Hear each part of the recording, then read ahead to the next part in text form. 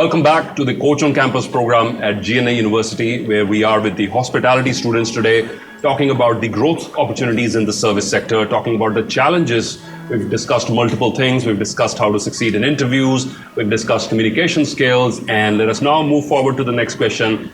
Good morning, sir. My name is Sahil Kular, and my question is how to succeed in a hotel industry, and what are the parts of skills we need to success in industry. Thank you. Sit down, Sahil. I think this question is common to a lot of the students here today. What should I do? What is the sort of skill set, the mindset I should develop to succeed not only in the hotel industry? I'm going to expand the scope a little bit to how to succeed in the service industry. You with me on this? Because you never know where you're going to end up. You could start your own restaurant, your own cafe. You could work for a catering company. You could be an entrepreneur. You could work for a restaurant, for a hotel, for a conference center. You could go into the aviation industry, for a cruise ship. You could work at the front desk. You could study other subjects and grow into, doing a whole lot of other things. So in the service industry, I'm trying to capture the key essence of some of the things from my own life and from the success of other people that I've observed in the industry, how they succeeded in this industry. And I have 5 very important components for you for this question, which was common from all of the students here at GNA University today for the hotel school here. What should I do to succeed in the hospitality and service industry? Number 1, these are all very simple things, let me tell you. Very simple things which we don't practice, and because we don't practice, we don't get the results. You know how life works? Sometimes the greatest wisdom lies in the simplest things. Yes or no? But because we know it. We know those things. Because we don't practice them, we don't get the results. So it's not very complicated. Success in this industry or in any industry does not have to be complicated. It's all very simple things. Why did you practice them? The problem with our generation is we are so busy and occupied with social media. What other people are doing. We are a distracted generation. We're gathering more information. We're looking at what other people are doing. But we're not committing to going deep into anything. Become the expert of something. Commit your life to something. You're a chef, sir. How much efforts can you put in about learning about everything, even the flour that you use, the gluten content, where it's coming from, the moisture content, where is the best products I can source from, what is the exact procedure of this thing, how will this taste, how will that taste. So unless you go deep into something, you've got to become the master of something. Then only you will be able to go into a position where then now you're able to offer your expertise to someone else. First point, very simple, is develop a healthy sense of pride and passion in your chosen profession. Develop a healthy sense of pride and passion in your chosen profession. The problem with India in particular is we have not always kept in high esteem professions in which we need to make our hands dirty. Yes or no? Some people are ashamed of getting their hands dirty. I personally know people who were qualified to be chefs, who studied to be chefs, but then they decided, this is not the sort of job I want. I would rather prefer a job which has a better perception, which means I wear a suit and tie and I am an accountant at a firm. They would rather be an accountant or be a chef. But if you want to succeed in this industry, develop a healthy sense of pride and passion. Okay? Which means when I was a restaurant manager in my early years, in my early part of my career, I had some stewards who were working with me, trainee stewards, very good families, very good hotel schools. But that's the first job, right? If you're in the service, food and beverage service, you get to be a trainee steward. Many of them had not told their families that they're working as stewards in restaurants. So I had like a few of my stewards run to the back area one day. I said, what happened? I said, sir, my relative from that person who lives in my city has come, he's visiting, he's just entered the door, so I can't face him like this. You're one of them. Or if my viewers, if you're in the service industry and you feel ashamed of doing what you're doing, get success. Get success. You have to be comfortable with this and you have to take pride in doing this. Take pride in your appearance. Take pride in the fact that you're serving, you're adding value. Take pride in your profession, a healthy sense of pride, self-respect, passion. In fact, one of the world's premier hotel companies is an organization called Ritz-Carlton. Ritz-Carlton credo is, we are ladies and gentlemen serving ladies and gentlemen. What is their credo? We are ladies and gentlemen serving ladies and gentlemen, which means we are no less than our guests. We choose to be in the profession of service. That's what we do best. That's what the world knows us for. We are ladies and gentlemen in the profession of serving ladies and gentlemen. So you've got to have that sense of passion and pride and love and respect. If you don't respect what you do, chances are slim somebody else will. Get the point? If you're ashamed of yourself and your chosen profession, don't expect other people to respect you. If you don't love and respect yourself, don't expect other people to give you that privilege. It must come from within. So if you're ashamed of telling your friends who are engineers or IT people or doing or bureaucrats or doing or government jobs or whatever that you work for a hotel, if you're ashamed of telling them that, sorry, you have to change your attitude. You have to change your outlook of how you're perceiving your profession. If you are in a frame of mind where you're thinking, oh, the hotel industry for me is something only temporary. I'm doing it only for a few years and then I would like to move to HR or do an MBA and do this. You're wasting your time. This industry will demand from you the ability to do physical work, the ability to be hands-on, the ability to take care of situations no matter what they are, right? And you have to demonstrate that ability. If you would rather be doing something else, do it, please. Don't waste your time in the hospitality industry, because this industry will demand, or any service industry will demand 100% of your time, of your effort and your skills. Believe in the dignity of labor, and most importantly, work every day with the sense, my work makes a difference. That's the mantra here. Believing that my work makes a difference. Take a deep breath in. Take someone's hand on your right and left and remind them your work makes a difference. Right? You're going to be a better chef if you work with that mindset. Yes or no? That my work makes a difference. If I make a good dish, and the person, whoever has ordered it, is going to feel good, right? Good food can change your emotions, right? Good service can make or break your day. You go to a restaurant, you get good service, 5-star service. You go into an airline, you get 5-star service. It can change your emotions. It can change your day. You can feel better, right? So you've got to believe that I'm not in a useless dead-end job. My work makes a difference. And that attitude is what will take you to the next steps of the ladder of growth of your industry, right? This is a very, very important component to have. Work, believe in that dignity of labor. I worked for a restaurant chain in the UK, which was run by a Punjabi family of Indian origin. And Mr. Dhaliwal Senior, who's, I believe, who's passed away ever since. Wonderful, wonderful gentleman. And I remember him one Saturday morning outside his restaurant when the housekeeping staff had not turned up. Took the sweeper, took the broom, and is sweeping the outside of his restaurant himself. Multi-millionaire. And so many restaurant chains picked up the broom and he started cleaning outside himself. So what happened? He said, oh, the housekeeping staff didn't turn up today. Somebody has to clean it. It has to be me. Those are the sort of people who will succeed in this industry. The ones who are not ashamed I go to number 4 now, straight from 1 to 4. The ones who are not ashamed to roll up their sleeves. No matter if you're wearing a $2,000 suit, roll up your sleeves and say, okay, we have a situation here, let's handle it. This industry is for those sort of people. The one who say, no, we will sit and we will wait and we will watch and we will write a memo about it or we will create a video about it, or this industry is not for you. This industry is for people who have the ability to adapt.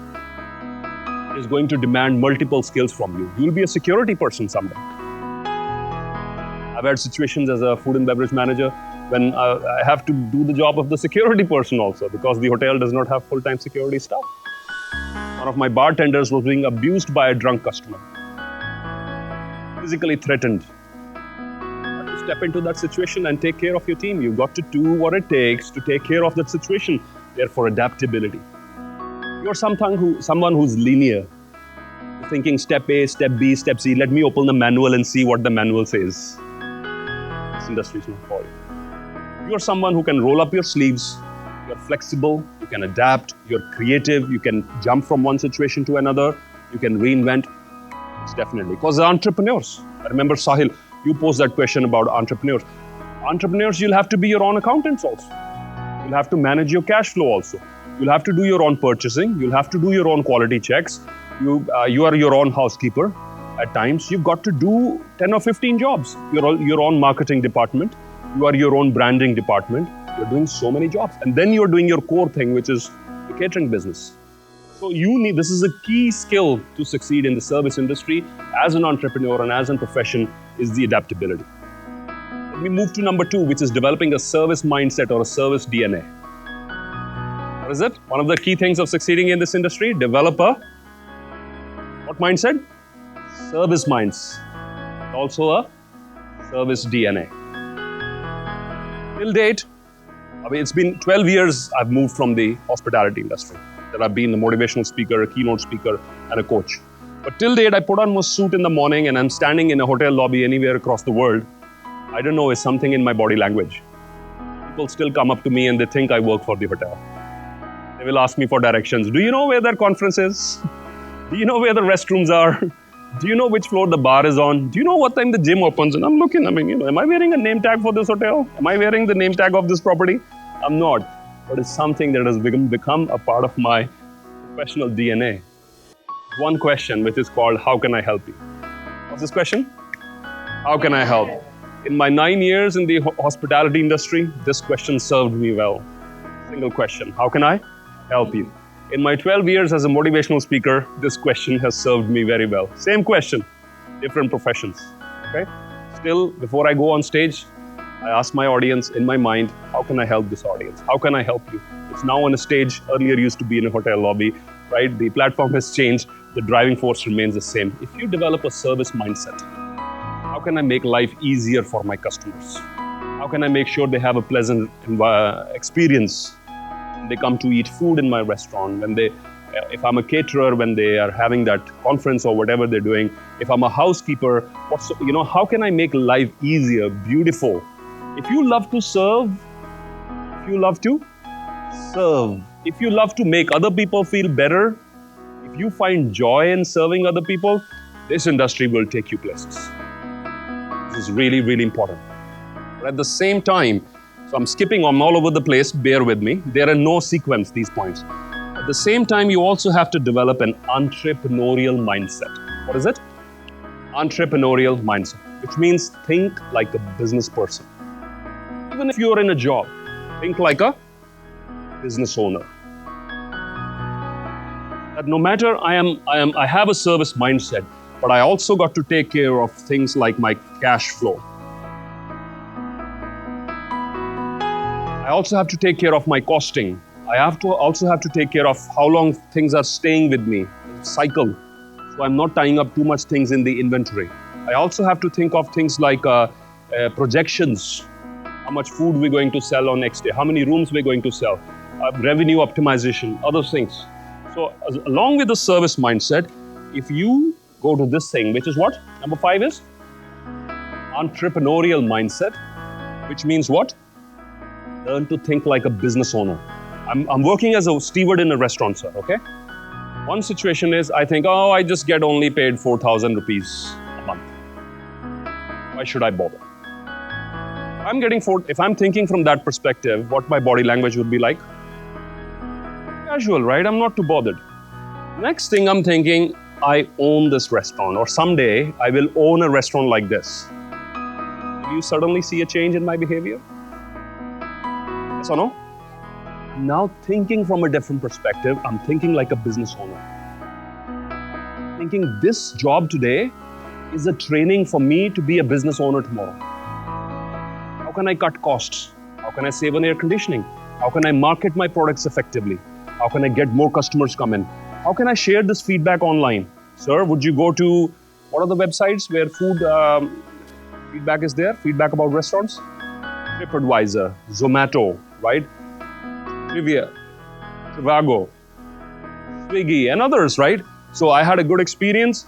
Restaurant doesn't say go get feedback, but I say, sir, would you go to TripAdvisor and do this, right? I'm thinking like what? Business owner, an entrepreneur, right? Come out of this mindset of it's only a job. Get the point? If you think it's only a job and you work from that perspective, you're going to be stuck in that thing for the rest of your life, and then you will blame your stars and you'll blame the industry. No. Think from day one when they go into the industry, if this hotel would be built by my money, how would I like to work?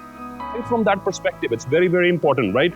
And now, but at the same time, so this is how can I go the extra mile? How can I make life easier for my customers? This is a service mindset. So let's cover the things. Let's just wrap up. I have one thing left. Let's wrap up. What have we talked about for succeeding in the hospitality industry? Number one was healthy sense of pride and passion. Number two was develop service mindset. Always thinking, how can I make life easier for my customers? Number three is what is left. So let's move on. Number four, roll up your sleeves and be flexible. You don't have to go 1, 2, 3, 4, 5 in this industry. You've got to be flexible, okay? Number five was develop a entrepreneurial mindset, which means think like a business person. Think about cash flow. Think about revenue projection. Think about revenue optimization. Think about branding. Think about marketing. Think about all those things. Expand your horizon beyond a job. You're not just an employee. You're a future entrepreneur. You're a future job creator. Start thinking like that.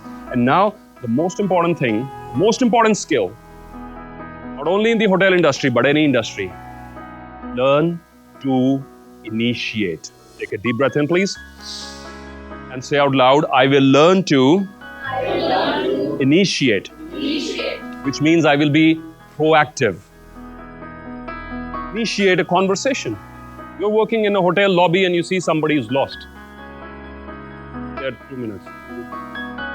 Will you go up to that person and say, sir, can I help you? Are you looking for something? Can I be of any assistance to you?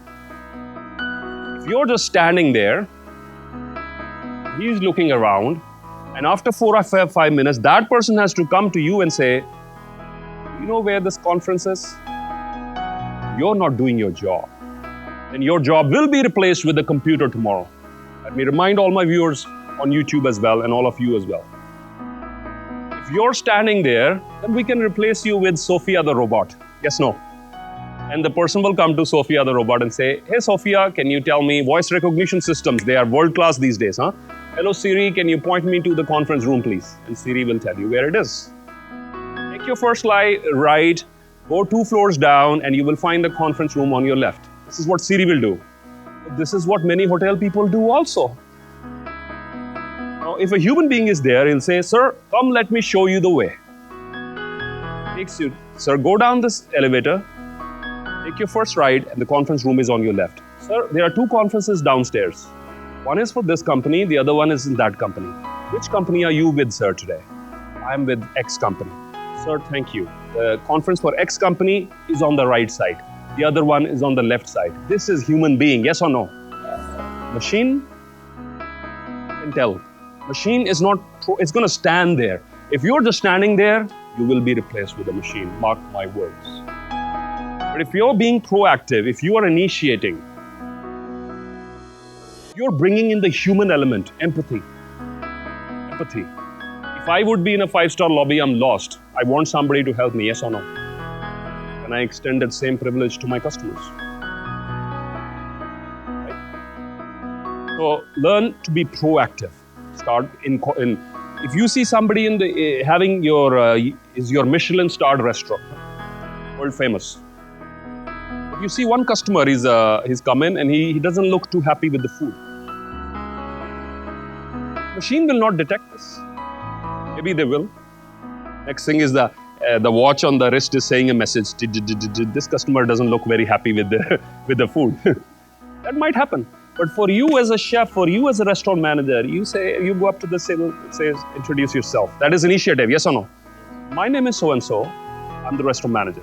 How's your food experience going so far, sir? Did you enjoy your appetizers? Are you enjoying your main course?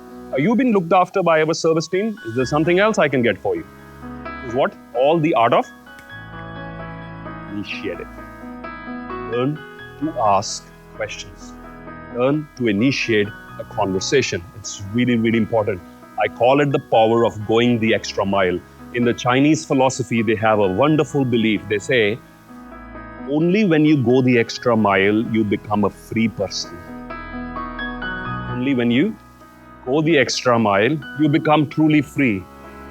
Before that, you are a slave. This is what the Chinese say. If you've been asked to take 1, 2, 3 steps in your job, and this is exactly what you do. You take 1, 2, 3 steps. This quotation is saying you're a slave. You take step 4, step 5 on your own. Now you're free. Because nobody asked you to take step 4 and step 5. You took them on your own and you're operating from freedom. When you're operating from freedom, you will get a lot more in return. You get this? You are only restricting yourself to that thing, you will be among the millions of other people. Dr. Wayne Dyer, he beautifully said, there is never any traffic on the extra mile. There is never any traffic on the extra mile.